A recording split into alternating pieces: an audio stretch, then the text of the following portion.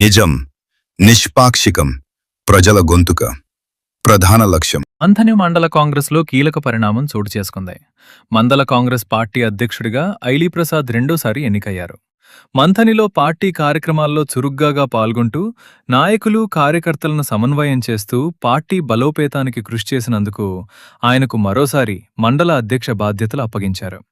రాష్ట్ర ఐటీ పరిశ్రమల శాఖ మంత్రి దుద్దిళ్ల శ్రీధర్బాబు, కాంగ్రెస్ పార్టీ రాష్ట్ర ప్రధాన కార్యదర్శి దుద్దిళ్ల శ్రీనుబాబు ఆదేశాల మేరకు ఈ బాధ్యతలు అప్పగించినట్లు పార్టీ వర్గాలు తెలిపాయి.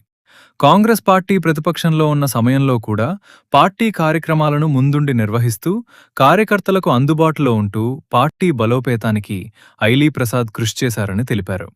కాంగ్రెస్ అధికారంలోకి వచ్చిన తర్వాత కూడా పార్టీ కార్యక్రమాలను విజయవంతంగా నిర్వహిస్తూ కార్యకర్తలతో సమన్వయం కొనసాగిస్తున్నారని పేర్కొన్నారు.